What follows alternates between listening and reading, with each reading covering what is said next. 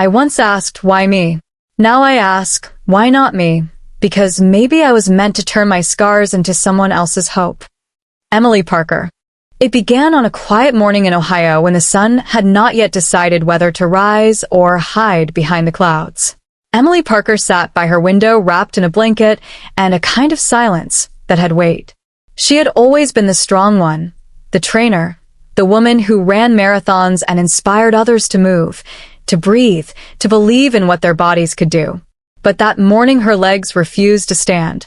She stared at her hands and felt something strange, as if the strength that once lived there had simply walked away without saying goodbye. She tried to laugh it off. Maybe it was exhaustion, maybe the flu. She poured her coffee, but her hand trembled and the mug slipped and broke on the floor. The sound echoed through the small apartment like a secret being exposed. Later that day, the hospital lights would swallow her whole. They called it a rare autoimmune disorder, a name so long and heavy it felt like a sentence more than a diagnosis.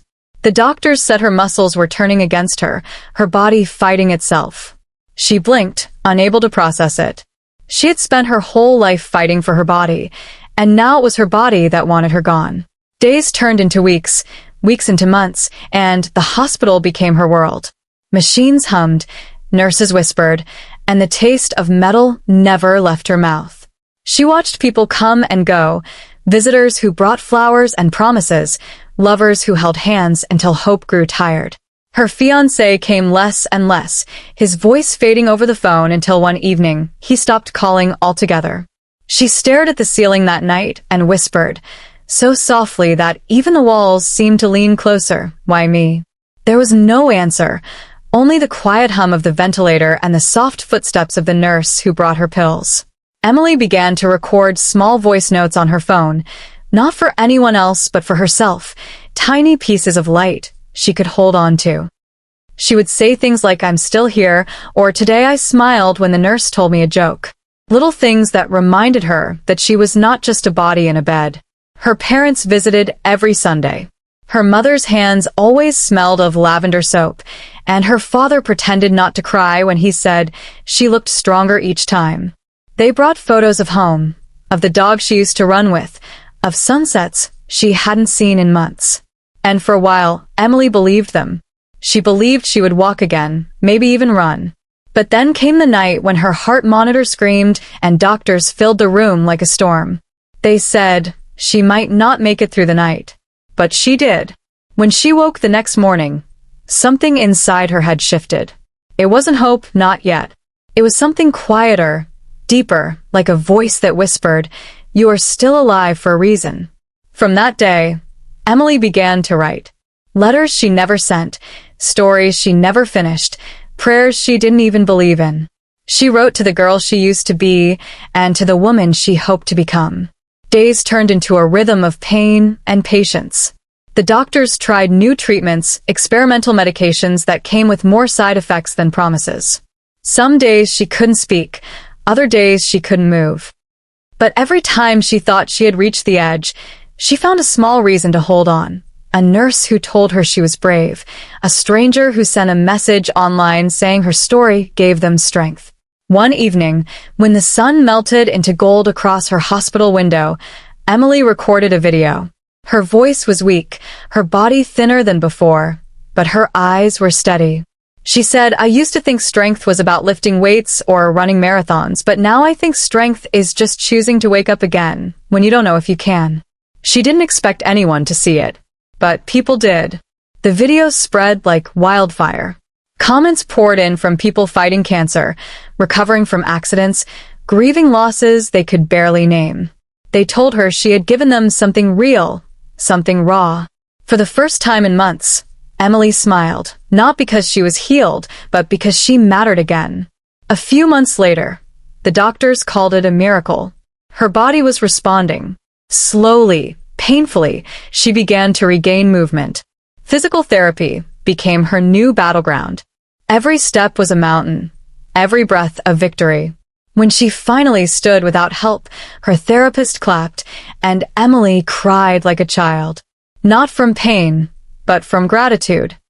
But every time she thought she had reached the edge, She found a small reason to hold on. A nurse who told her she was brave. A stranger who sent a message online saying her story gave them strength. One evening, when the sun melted into gold across her hospital window, Emily recorded a video. Her voice was weak, her body thinner than before, but her eyes were steady. She said, "I used to think strength was about lifting weights or running marathons, but now I think strength is just choosing to wake up again when you don't know if you can." She didn't expect anyone to see it, but people did. The video spread like wildfire. Comments poured in from people fighting cancer, recovering from accidents, grieving losses they could barely name. They told her she had given them something real, something raw. For the first time in months, Emily smiled, not because she was healed, but because she mattered again. A few months later, the doctors called it a miracle. Her body was responding. Slowly, painfully, she began to regain movement. Physical therapy became her new battleground. Every step was a mountain, every breath a victory. When she finally stood without help, her therapist clapped, and Emily cried like a child. Not from pain, but from gratitude. She left the hospital on a cloudy afternoon. The wind felt like freedom against her skin. The world outside was louder, brighter, almost too much. She went home and sat on the same couch where everything had begun, but this time, she wasn't the same woman. Her old life was gone, but something else had taken root. Purpose. She started sharing her journey online, not as a story of sickness, but as a story of survival. People began inviting her to speak, first at small support groups, then at schools, then at conferences. Each time she stood before an audience, her voice shook, but her message didn't. She told them about nights of fear, mornings of pain, and the quiet moments when she almost gave up. She told them that courage isn't loud, it's the whisper that says try again.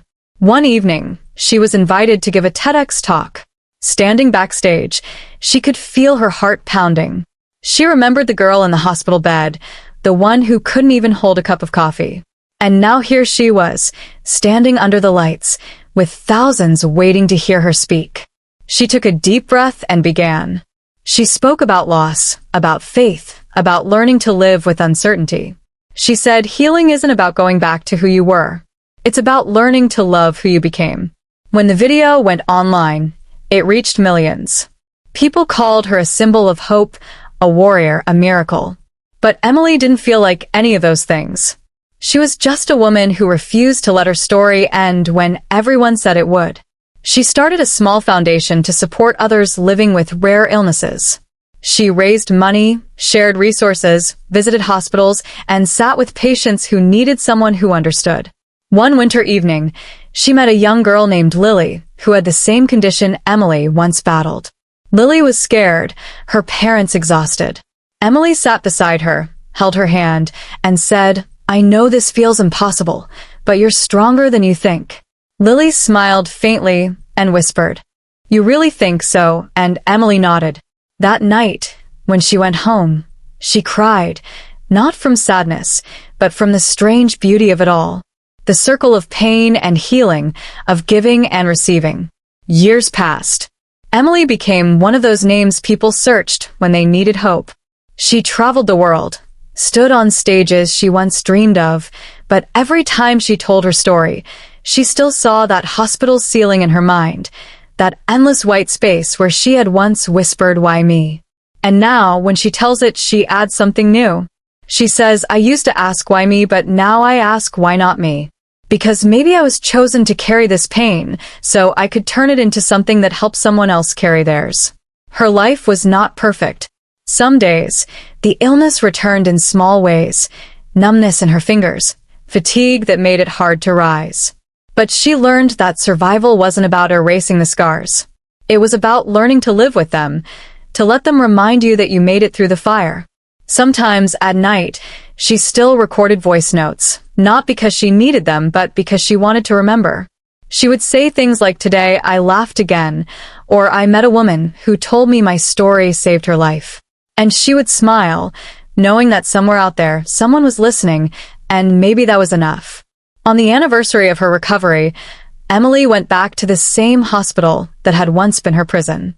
She walked down the hallway, past the same nurses who now looked at her with awe. She visited the ward where she had once lain helpless, touched the bed rail, and whispered a quiet thank you. Not just to the doctors or the medicine, but to herself for not giving up when everything told her to. Outside, the wind was soft and the sun was sinking behind the city. She stood there for a long moment, breathing in the world she almost lost. The air felt different now, richer somehow, like every breath carried meaning. She knew she would never be the same, but maybe that was the point. Because life isn't about returning to what was. It's about finding beauty in what is. It's about turning pain into purpose, silence into song, fear into faith.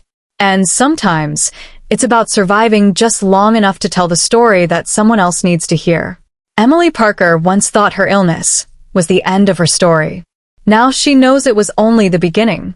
And somewhere tonight, another woman sits in another hospital room staring at the ceiling and whispering why me, and maybe, just maybe, she will find Emily's voice drifting through her phone speaker, soft and steady, saying because one day, you'll tell this story too. Healing doesn't mean the pain is gone. It means the pain no longer controls the story. Emily Parker. I am not what happened to me. I am what I chose to become after it broke me. Emily Parker.